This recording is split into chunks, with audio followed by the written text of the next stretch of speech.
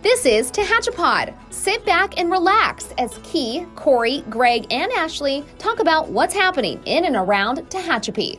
It's Tehachapi time. Key Budge, Greg Garrett, Corey Costello joining us today from our Tehachapi Police Department, Acting Lieutenant Jason Dunham. Jason, welcome to Tehachapi. Thanks for having me. And guys, how are you? I forgot, kind of glanced over that. Skipped right over us. Did you notice that? I did. You went right to the guest, which is very... It's because there's a uniform in the room. A badge and a gun. And That's Key is from that world, and it's just all of a sudden, we just right. don't matter.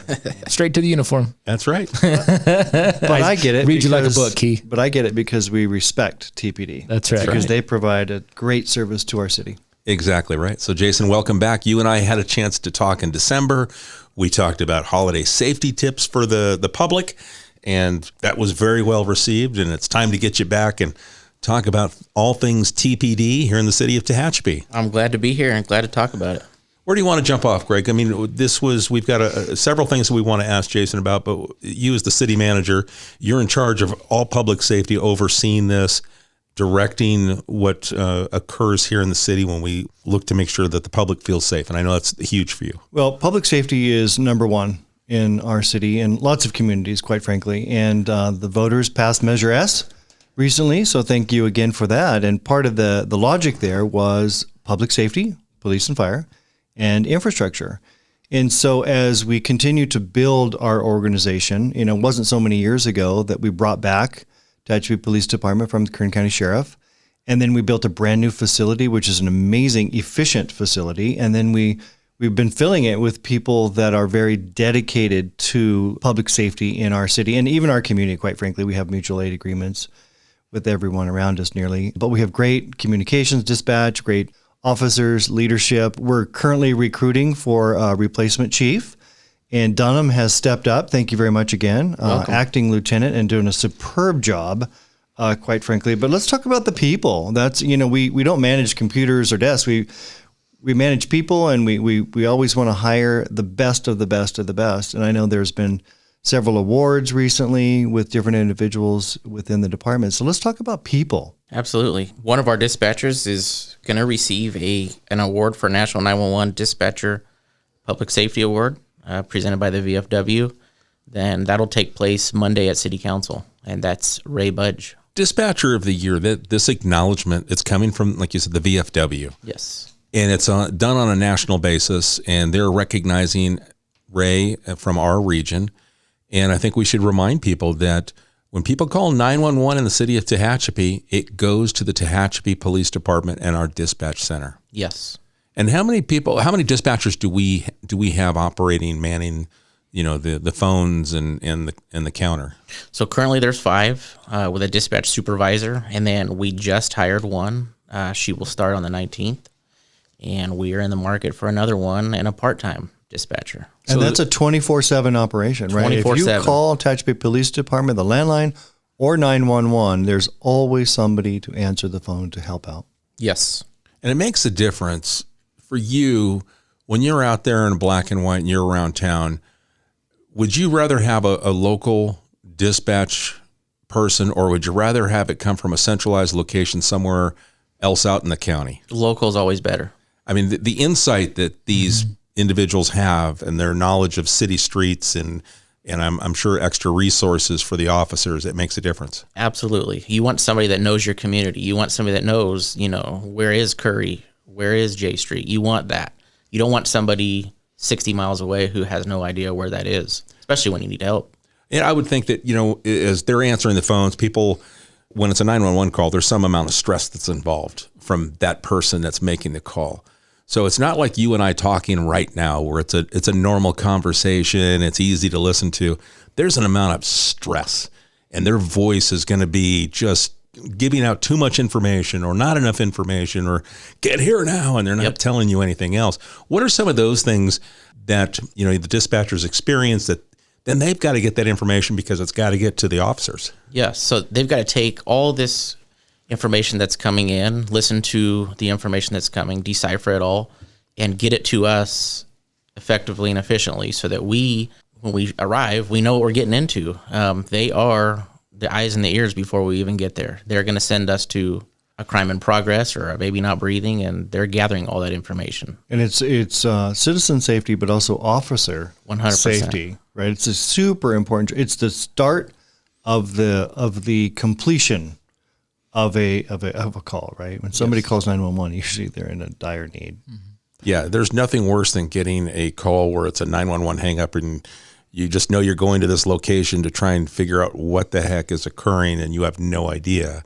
And their job is to try and pull it out, stretch it out, keep them on the line. Yes. And give you, and then also, I'm sure when information goes in, it probably prompts questions from the officers responding. It does, but I think our dispatchers, having local knowledge and local community involvement, they know what types of questions to ask. And sometimes you may have a frequent flyer that is somebody who calls for a specific issue, and our dispatchers know, hey, this is maybe not an emergency. This person is having this issue. We like that type of stuff where somebody 60, 100 miles away, they may or may not know that. So you call them a frequent flyer. I mean, that's the person that calls, and it's just it's more routine than it is an emergency. Yeah, I mean, But you never know. It might be that time when they actually need help. Could be. But, they have figured out that, maybe this person needs help, a lift assist, or maybe this person has fallen out of their wheelchair, anything. There's a million reasons why it's best to have local involvement. And these dispatchers, they know. They can tell you, like Greg said, no, this is an emergency, this isn't normal, or this is normal. But sometimes they can't tell you it's an emergency. I was just thinking about Paul Pelosi. When the guy broke into his house in San Francisco, he was talking in code a little bit to the dispatcher, like, oh, everything's okay. I'm paraphrasing a lot here, but the dispatcher was probing and started to figure out, wait, something's going on. And I think it was a lady. She dispatched the officers to the home. Thank God, right? Yep. So you never know. And then we also have texting. Is that right? Remind me on how that works. If you don't have access to a telephone, or maybe you don't want to verbalize something, you're hiding from somebody in a closet. I'm being very dramatic here, but it happens. You can text Tehachapi Police Department. You can text 911, and it'll even work on a phone with no service. Right. And that's so they're able to, someone who's in need, like you said, Greg, perhaps it's a medical need. And they and you can't talk. You can't verbalize whatever it is. But you have the wherewithal to maybe text 911 like help. Right. And that's technology that was put in place a few years ago. Yes. And it's still operational. And I know that, if I remember correctly, a couple of years ago, we received 1 or 2 text 911 calls within the first month or two of it going in operation. And it was, it's something that the dispatchers are trained in. Yep. And they're able to go ahead and dispatch you based on that text version. And that's, if you think about it, we have TextMyGov, which is a software program that we implemented a couple of years ago to make it easier for people to report potholes or ask a question. And they just, society doesn't want to talk to people or get on a call center. And it can be the same for that as well. Using this younger demographic, this younger generation, texting is what they know. Yeah, and we've seen oftentimes some people text because they don't want to be viewed as somebody who's telling on somebody else. Yeah. So they'll kind of utilize that. So we've seen that happen. I'm kind of curious what the transition's sort of been like. I mean, we talked about you stepped up as acting lieutenant. But it looks like TPD has not missed a beat. So what's that kind of transition been like? And the men and women of the department and how they've responded and continue to do their jobs. It's been tough for me. I kind of got shotgun blasted into a little bit, but I've embraced the different side of law enforcement. I think there's so many wheels that go on to make sure that day-to-day things are occurring, and all of the officers there, the sergeants, everybody's doing an outstanding job. There's no change in service whatsoever for the community.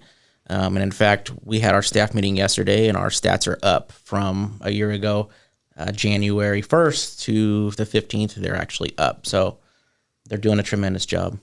Nice. Now, when you talk about stats, we're talking about contacts and calls for service and just answering, being there for the public. Absolutely. So arrests, reports. I think the only thing that was down was call for service was down a little bit. Now, when we have a weather event like we did, the big snowstorms, I'm betting that certain calls go way down, and maybe that's that other kind of call, traffic related, might pop up more. Did you guys see a big change, based on, the weather circumstances? That's an odd question. I feel like the 58 was shut down very quickly this snowstorm. And so I think that limited some of those phone calls for traffic stuff. I think they, shut the freeway down. And typically what happens is they get that freeway shut down, and then we get landlocked with people that are traveling to and from, and they can't get out of here.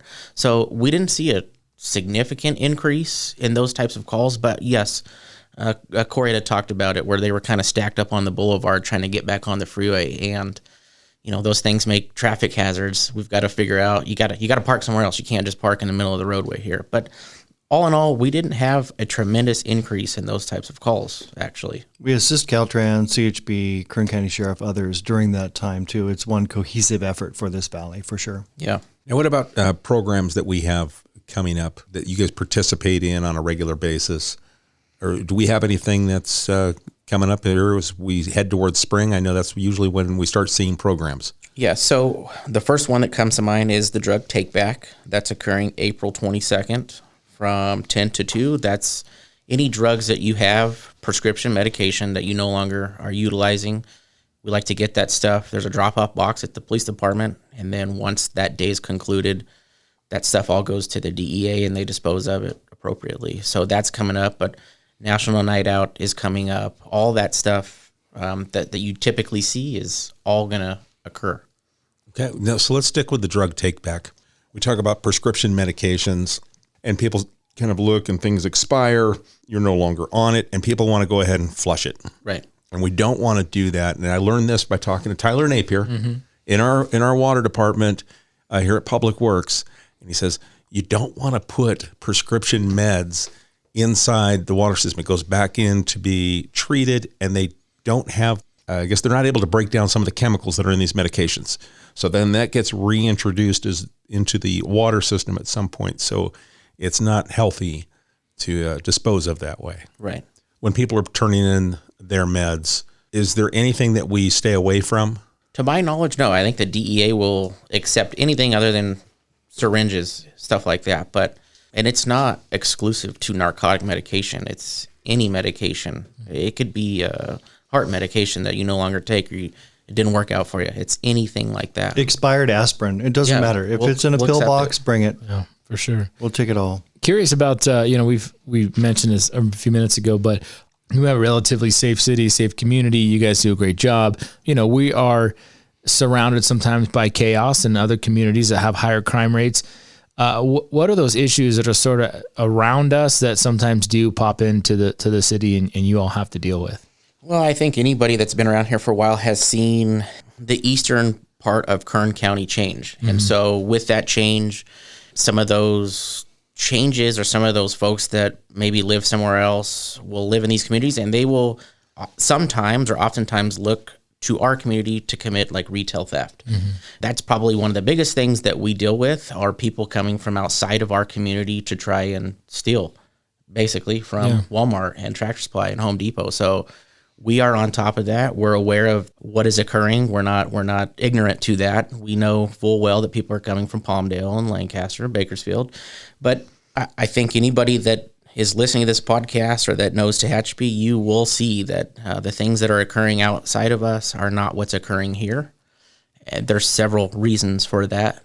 Lack of staff for the sheriff's department. The eastern part of the county is not staffed sufficiently. Yeah, I mean, it's no secret that it's just not. Kern County Sheriff has not been able to staff locally a full-time sheriff presence in our area at all. And so it's oftentimes we'll get the call. And we'll go if it's absolutely necessary, but we cannot leave our city exposed. Yeah. That's the bottom line. I'm kind of curious too. Like, we've talked about the actual job here, but and now we mentioned you're the acting lieutenant. But what first of all, how long have you been doing this job, and what actually got you into law enforcement? I'm kind of interested in your backstory. What got you to this point today? And don't say because you can't sing and dance, because that's my line. So I've been here in May. It'll be 16 years. Wow. My uncle did 21 years, I think, with LA County as reserve. And when I was younger, he kept pushing me, come out. And I I didn't really want to. I thought I was going to take over my father's business. And then I dated a woman whose brother-in-law took me on a ride along in Lancaster. And within, I'd say, our first traffic stop, I'm like, this is the job for me. You were hooked. You were hooked, huh? You're calling. And basically, that was a traffic stop, and there was some drugs in the car. And I remember him telling me, hey, I'm going to put this guy in the back seat, and when you see him squirming, I'm close to the drugs. And he goes, you just tell me when he's squirming. And sure enough, this guy started looking, and I'm like, all right, Jimmy, now he's looking. And so, up come the big bag of marijuana, and that was it for me. I was hooked since then. This is the only department I've worked at. Gosh, we put carpet and tile in the annex building over there back then in 2007. So also one of the things that pushed me, when I was 16, my grandmother was murdered. And I remember the feeling of helplessness. Like, why can't they put this guy in jail? And I think that pushed me in my career to solve these crimes and help these people that they feel helpless. We can't get them all. We oftentimes know who's done it or who's committed a crime, but we have to be able to prove it beyond a reasonable doubt. So there are occasions where you can't, but I've always taken it personally to get those things convicted and get people their justice. So there's a lot to it, but I love this profession. I think it's taken a hit lately for some bad apples, which are in every, it doesn't matter what profession, there's bad apples. Mm-hmm. We hire from the human race, and but I think this is a noble profession, and I think the men and women that go out there in the dark alley that have no idea, like Keith talked about the call, you don't know what's going to happen.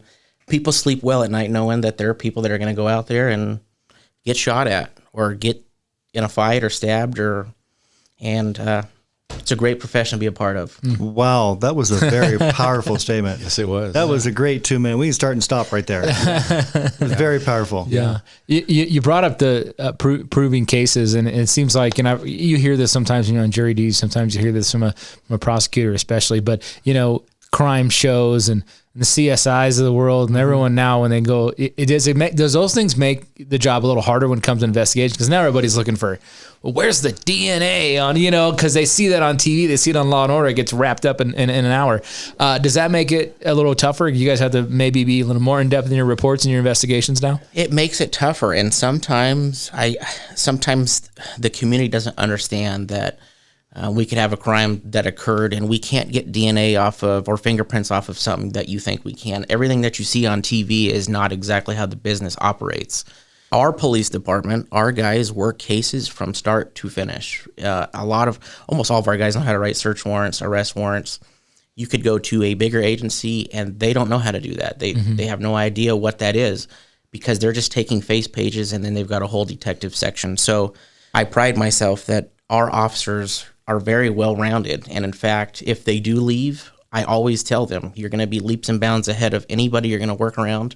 I just spoke with somebody that went to Paso Robles that left here from us, and she said, everything I learned that you taught me put me in number one when I came here. None of these people knew anything that was going on. So I pride myself in that. But yes, Corey, to answer your question, everything you see on TV is not always possible. Yeah. I thought it was true. And then I was watching Magnum PI, and he was doing this and doing that, taking fingerprints and then working with the PD, and this and that. And like, bam, they caught the guy. Like, isn't that how that works? No, it's not. Yeah, but we actually won. The police department won an award for that sort of staffing mentality several years ago, for the ability that the investigations were handled by the officer from start to finish. Yep. We don't have a bunch of detectives. We don't have, and so yeah, you're right. I think most people in a lot of agencies, they write the first report and then it just gets handed off. Yeah, and they go back to just doing their patrols. So yeah, I think it's good and bad. It's a little more work, but at the same time, you're right. People are prepared and they're like much probably better rounded professional because of that aspect. And there's more buy-in to the community. I don't want to talk bad about larger agencies, but if you don't feel upset when something happens on your shift, then you don't have buy-in into that community. Yeah. And I think our guys here have that because they're going to work that case if they can from start to finish. At a big agency, you don't care if that business got burglarized. For you, it's another report before you go home. Yeah, I get 7 reports in a night. Yeah. And I have no chance to follow up on any of them. Yeah. They get put into a tray and handed off. Yep. And our guys take offense to that. Who did this? And let's get them to court. I was in a meeting with Dunham and the sergeants yesterday. It was very profound because the sergeants, they care deeply about their staff, and they care deeply about this community and what was going on. And they were talking details, and it was really a great moment, a very proud moment for me to know and to be reminded that the people that we have on the payroll are just not getting a paycheck. They care about this city and this community. They truly care. They invest. I mean, as a police officer, you have, in this time that we're in, you have opportunity to go to agencies across the country. I mean, let alone just in California, Southern California, Central California. There's multiple agencies vying for your services. Yeah. This community appreciates the work that's put in. And I know that, I mean, working in LA County, there would be certain areas that were appreciative, and there were others that, it was higher crime areas, and it was tougher to work. But when you got an opportunity to work with a community that supports, the activity, wants to be safe, and take an active participation in being a supporter, and also, I guess, minimizing their own vulnerabilities, right, and not just becoming someone who sticks their head in the sand, but they pay attention. It makes a difference, and then that rubs off. Yes. And then we also have, speaking of support, Tehachapi Police Foundation, right? They're real. They actually host events, fundraising events that are supporting our officers, our staff, our dispatch. They raise money to buy different things that the city can't afford to buy, quite frankly, right? Money doesn't grow on trees. This is not Washington, D.C. We don't print money. Right. And so they assist in that world. So if you ever want to get involved, Tehachapi Police Foundation is a great opportunity for you. Yes. I'm going to go back to what Keith was saying. So Officer Medina left, but before he did that, he went on a ride-along down there in San Bernardino, and he says, Sarge, over here, everybody waves at you, and down there, it was different. They weren't waving like they do in Tehachapi. And I said, see, there's a difference where you work. Mm-hmm. Yeah. Yeah, the community here definitely, and I I feel it being retired, it's appreciative. I mean, there's always some that are going to voice their opinions, and they should, because that's what keeps you doing the job the right way, and keeps you on your toes, and you are accountable for the way you conduct yourself and handle your business. Absolutely. I have a saying, and everybody knows it. We don't work backwards here. Right. Yeah, exactly. And that's based on training. Mm-hmm. That's based on you as a supervisor making sure your staff is trained. Yep. And that they are able to understand and articulate the laws that they're working within. Yep.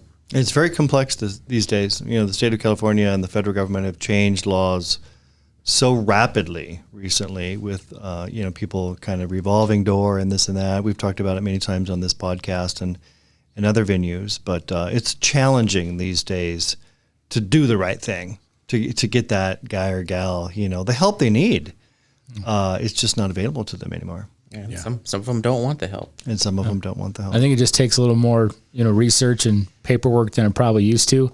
I know we've had the discussion about there's certain things that I think across the board in the state, people assume that it's either legal or you can't go to jail for that anymore and this and that. And that's led to crime rates all across the state rise. But there's ways to do it. I mean, we just have to know the law and really dig into it. And I think our department does a good job digging into what the law actually says and where can you go after these people, despite things might being a little less penalty, but you can still get them off the street. You can still get them in jail for a short time. So it sounds like you guys really have to stay on top of the new laws and all that sort of thing, trainings and stuff, in order to be able to continue to keep the street safe. And the reporting too, right? If you don't write the right report, then the DA will throw it out because it's not complete. And so you have to be very complete with what we do at our end. Right. It has to be written so it can get through a jury trial. That's right. And I think that's probably one of the things you working with the district attorney's office is that I remember as a young officer learning, you think that you've documented everything. And then when you get on the stand and defense attorney's asking you about something, it's, well, I did that. Well, why didn't you write it down? It's like, ooh, I didn't, and you learn as you go. So, I mean, the training never stops, whether you've been on a year, 5 years, 20 years, you continue to learn and evolve. And a part of that is, when you present cases to the district attorney and the DA asks you a question. And then when you get on the stand and the defense asks you, go, I didn't think of that. Yeah. But I mean, you know, and that's how you grow it. And the next time you handle that kind of a case, you remember exactly what the defense asked you, because that's now something that you're going to add to your next investigation. Absolutely. So, you know, when you go through the police academy, they break down these crimes for you. These are the elements. Somebody in my time of working told me, get out of that mindset of reading the penal code, go to the jury instruction, answer all the questions that are in the jury instruction, and you won't lose a case. And so that's the way that I've tried to teach is, what does the jury instruction say for that crime? If those things are answered, it's in the DA's hands. Interesting. Yeah. Now, this is your opportunity to put your recruiter hat on. Okay. You said some great things about the Tehachapi Police Department. So if anybody is listening that is either, you know, considering getting into this profession, or maybe is already in this profession, maybe they're commuting to a larger agency right now, listening to this podcast, what would be your recruiting pitch to why work for the Tehachapi Police Department? Well, do you want to dodge bullets every day, or do you want to work somewhere that you can invest your time? There are places for everybody to work. Some people want to work where it's nonstop chaos, and some people want to work where there's a little bit of chaos, but there's time to actually do work, know your community, talk to the neighbors.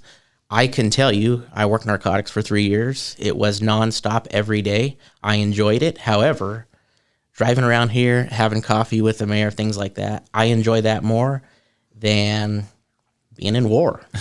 I mean, it's that simple. It's whatever you want in this career. This is the best place to work in Kern County, hands down. I don't care what anybody says. Well, I think you even talked about it earlier in what we asked you another question, but it brings it back, is that you're able to follow through and take something and you get a result at the end, versus going to a large agency and you're 7 reports down, you've handled 20 calls in a shift.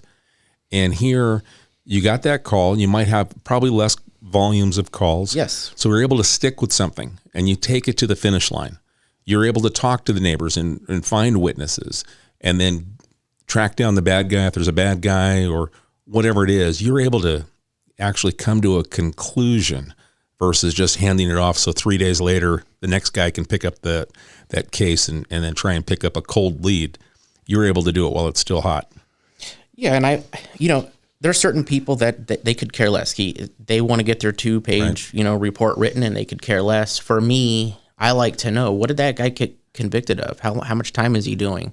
That's how you make this community better, is that guy went away for 5 years because he did that. And in this community, unlike Bakersfield or Lancaster, when you make an arrest because somebody's going around burglarizing everything, the results are immediate. That stuff stops immediately. In Lancaster and Palmdale, you could do that 20 times a night and it doesn't stop because it's too far behind. So in this community, it's It's instant gratification when you make those kind of cases. It makes a difference.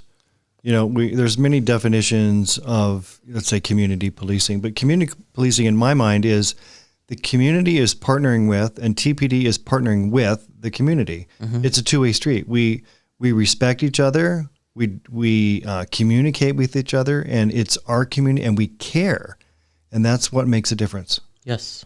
Sounds like too that there's a lot of different traits and a lot of different pieces of being a law enforcement professional. You need to be a good communicator. Mm-hmm.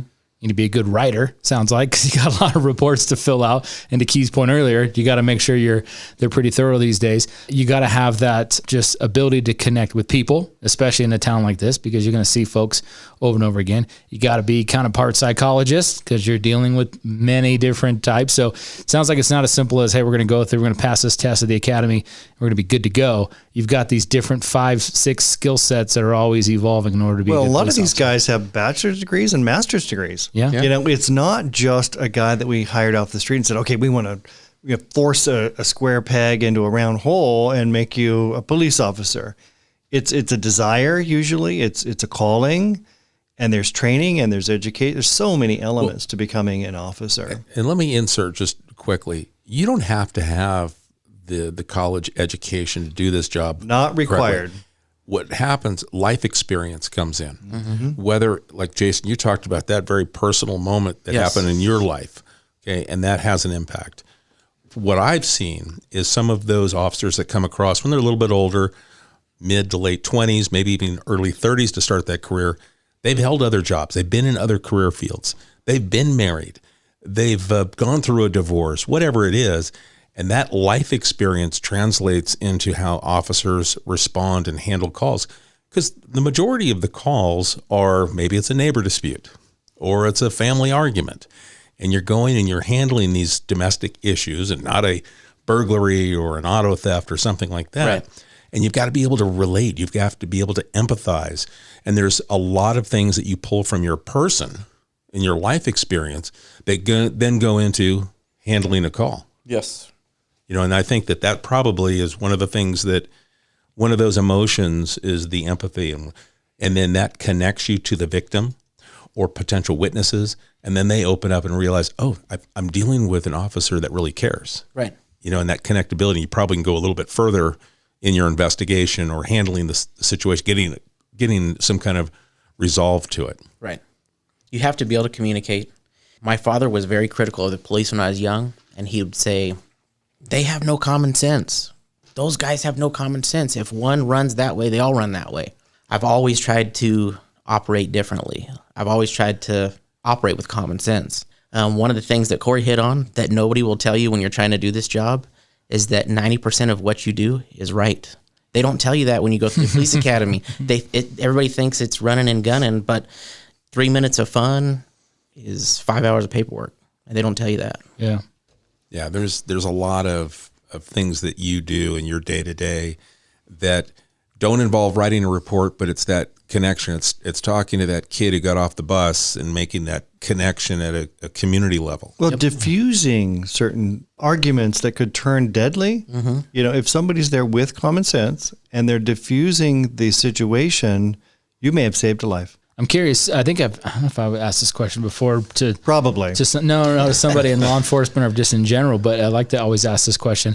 Was there one specific call, one specific moment, one specific time when you're like, yep, this is why I do this job. This is why I like this job. You know, was there in your last 16 years, I mean, heck, it could have been recently, but we're like, yep, this is why I like doing this. So for me, Corey, it's when you have your frequent flyer say, person you deal with that's addicted to drugs. When I see that person get off of drugs, that's what makes me happy. And when I was younger working here, I would tell people, you got to get out of here. And they would take offense to that. No, I grew up in Tehachapi. I'm not leaving here. But I've told them, if you get out of here, you will get clean. Yeah. And when they get clean, for me, there's many things that make me happy, but that makes me happy. That makes me feel like I had an impact on them and they see the bigger picture. And I've taken people's children from them and had them come back and thank me. Thank you for getting me clean. So for me, drugs they've been minimized by the state, but they destroy families and they destroy communities. So it's the root of so many probably crimes and problems. Sure is. It starts, the root is drug use. Yes. In any community. Yeah. It's a cancer. It's bad. Sure. It's our state's taking a position to enable these people to spiral out of control.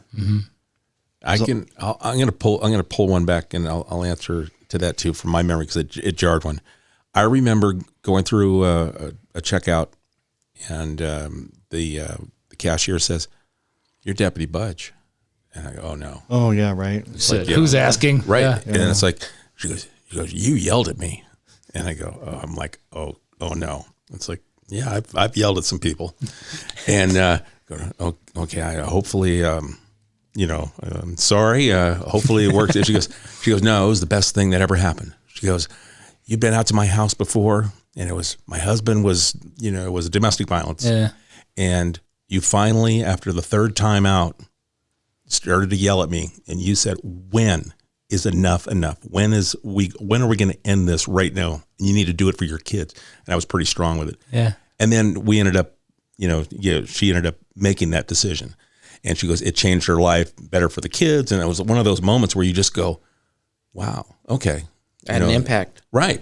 But you had to kind of change. It's like, you talk to people and you talk, and then you realize it's going through one ear and out the other. Yeah. And then you have to change your vocabulary. You know, and you have to be a little stronger, a little sterner. And then they start to wake up and realize. So those are that. But that was one moment I remember. I go, wow. Okay. There's so much more to policing than I think the average guy may know, understand, even want to know, need to know. That we are here and we are protecting the city. I'm just so glad that we get to deal with the nice version of Key. You know, because it sounds like he could have been. You know, I can't even imagine him yelling. But you know, we don't get to see that side of him anymore. And he's a big guy, right? So I'm like, I mean, I'm glad. Thank God you never come to my house. There's a time when you have to react. The cops have only been to my house one time, and that's when my oldest son Levi was 2, and he pushed the alarm, like the panic button. Oh, yeah. And I didn't even know it. It wasn't working well. Whatever. Kern County Sheriff showed up, and they're like, "Oh, they maybe come out of the house." I'm like, "No, it's everything's fine. Really, it's all fine." Oh man. So yeah, that's the extent of my. Yeah, this is my home. Yeah. I remember back when the Tehachapi Police Department was starting, and I was still at LA County Sheriff, and then I got to work with Jason, and we used to do some shared trainings back and forth. So, you know, we chewed a little bit of that same dirt or shared some of those stories way back, you know, more than 10 years ago. So, yeah, that was one of the best decisions the city of Tehachapi ever made was to bring Tehachapi Police Department back into our fold, if you will. And I think there was a vote of confidence too. Absolutely. With Measure S. By Measure S, Right. was that people said, yes, this has been a successful venture. We understand that public safety in general, it's more expensive now. And we talked about recruiting and retention is always an issue in a small agency. Some people want more action. But so we need to be able to pay these folks more, you know, bring them in and recruit them. And so people said, yes, let's keep that going. Dispatch as well. Dispatch was scored very high on the priority list for Measure S. When people filled out their surveys, they said local dispatch and local police officers. We want to continue that. So that was a great vote of confidence for the department to have people say, yes, we will spend more in sales tax money in order to help fund this department. We've got to keep a little slice of the Midwest in Tehachapi. Yes. Sure. And the only way you get that is with local control. That's right. Like if the main headquarters is 200 miles away, it just doesn't work. It's been proven and proven. That's right. That's right.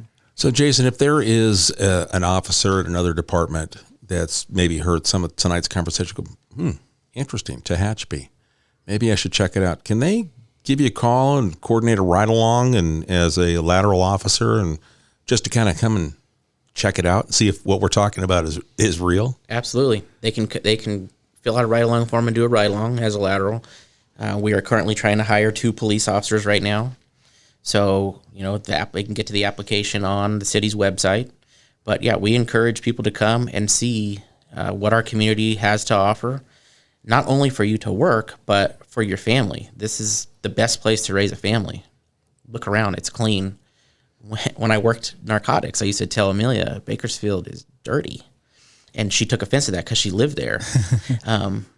This place is clean. Yeah. And, you know, to that point, I know you've had some folks come in, some officers from other larger agencies, and to the point on the family side, you know, spoken to their family members, and they've said, oh, it's not that this is a cakewalk, but they said, you know, I don't worry as much as I used to worry. Obviously, there's always risk every time you start a shift.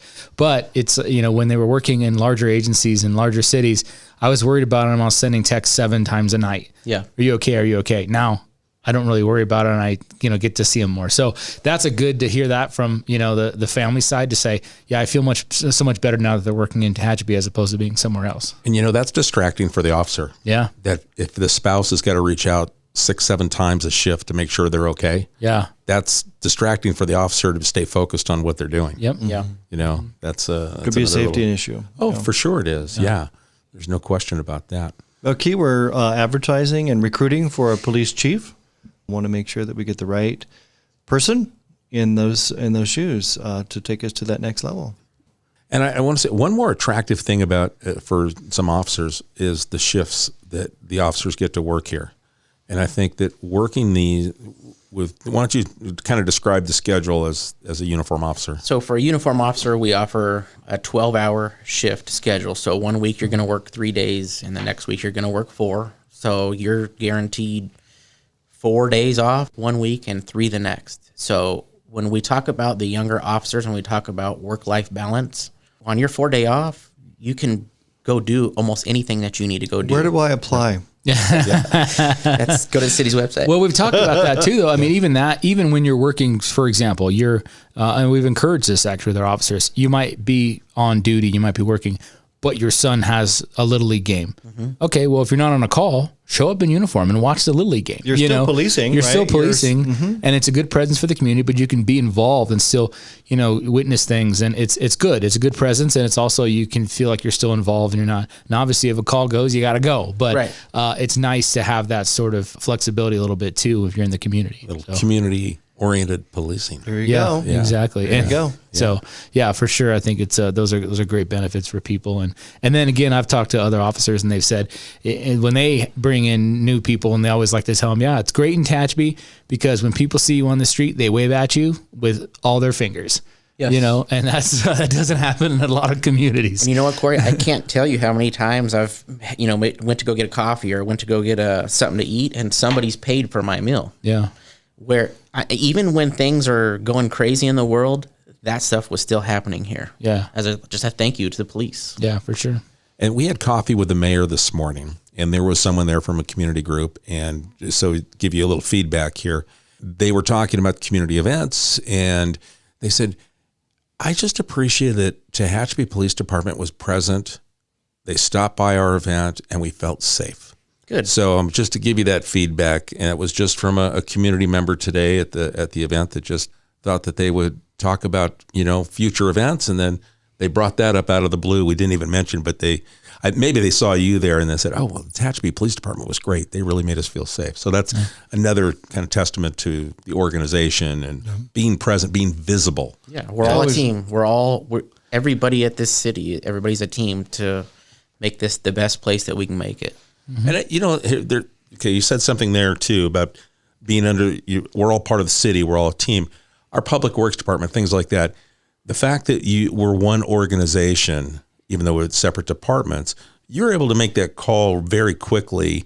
And if you needed assistance from the roads department because something happened and you're dealing with something like a traffic diversion or something, they're seconds away. Yes. Versus waiting hours to get another agency involved, where the county's got to talk to another city or a state organization. And also, well, their ETA is an hour away. Yep.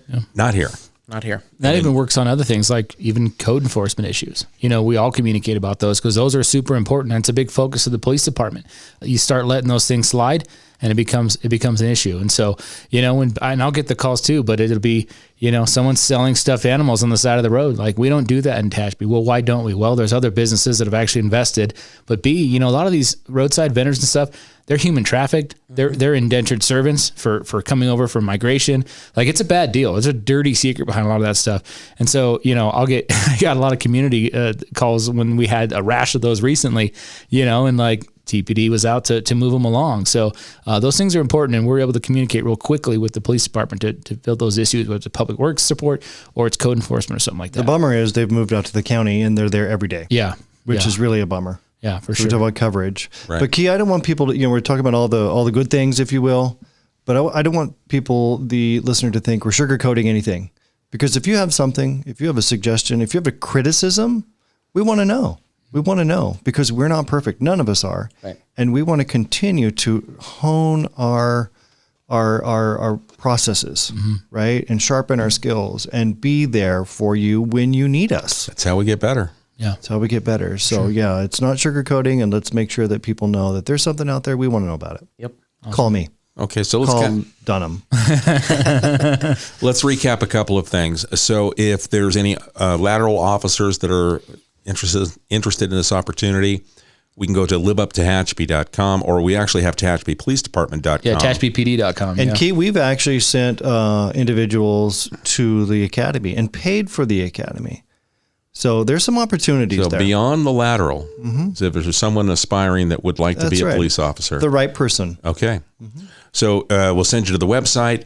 And then if anyone maybe is curious, wants to do that ride along, they can reach out to you, Jason. Yep. Reach Okay. out to the police department. We're like any other department. There's a form that's got to be filled out, and we vet you, make sure that you're able you to are. do a ride along and who you are, who you say you are, and then you can come out and ride and see what this community has to offer. I still have to do mine. I've been meaning to do that for years. Oh, I need to Corey, do you that. got to do it. Yeah, for sure. You got to do. I remember when I did some ride-alongs when I was thinking about the job. And like Jason said, that experience, it opens your eyes. I'm not thinking about the job. I just like get a better understanding what they're doing. Keep trying to get me out of here. It's your role as the assistant city manager to Absolutely. get a better understanding for what the men and women of the Tehachapi Police Department go through, deal with on a daily basis. Yeah. It's different than the person that comes at the counter. Some of it's the same, but there's a lot different. And then when it's in the middle of some heated thing now, you get a real good idea of like, oh, wow, okay. It's eye-opening. Yeah, Everything about the dispatch, the call, when do you initiate lights and sirens? Where are you going? How do you approach the scene? How do you try to diffuse things? On and on and on, right? Yep. I'm only doing a ride along if we get to run the siren at some point. Just saying. Just saying. Well, you could probably test it out in the parking lot. That way they're not violating policies. They check their equipment before they go into shift. And then also we're looking for dispatchers. We could hire a couple of more. Same thing. Let's go to the website and take a look at that. Now, if a dispatcher wanted to come in, do we have the civilian ride-along that can... They have a sit-along is what it's called. Okay. So you can come into dispatch and see how that operates. And we're one of the few places where if you are interested in being a dispatcher, you can come work here or you can be hired here without any training. We can get you the training that you need. There is a test involved before we'll put you through the application process to make sure you're capable of reading, writing, and typing, but that's something that you can do where most places you kind of already have to be a dispatcher. And if you don't have those skill sets, there are trainings available through the California Post, the Peace Officer Standards and Training that civilians can take ahead of time to kind of test their skills or You've got to really be skills. able to multitask. Right. You've been in the communication center. It's like NASA. Yeah. Screens everywhere. You have to really be on top of what's Exactly. going on. So.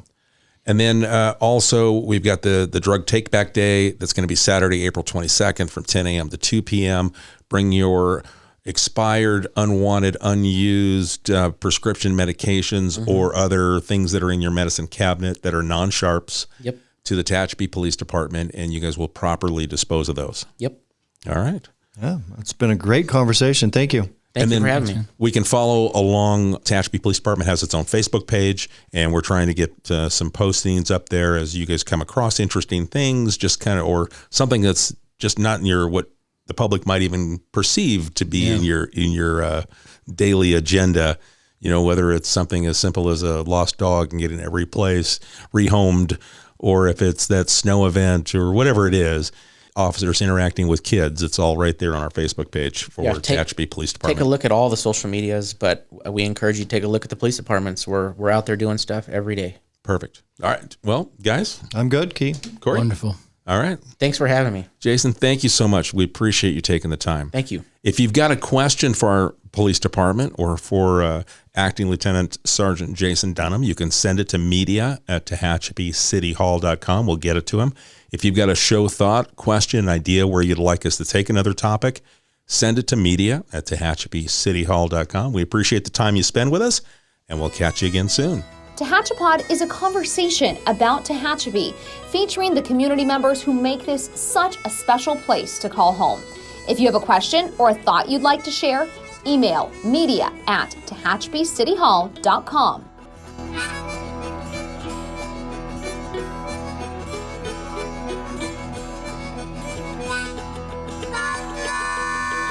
Thank you to Gary Mazzola for sharing his song, This is Tehachapi.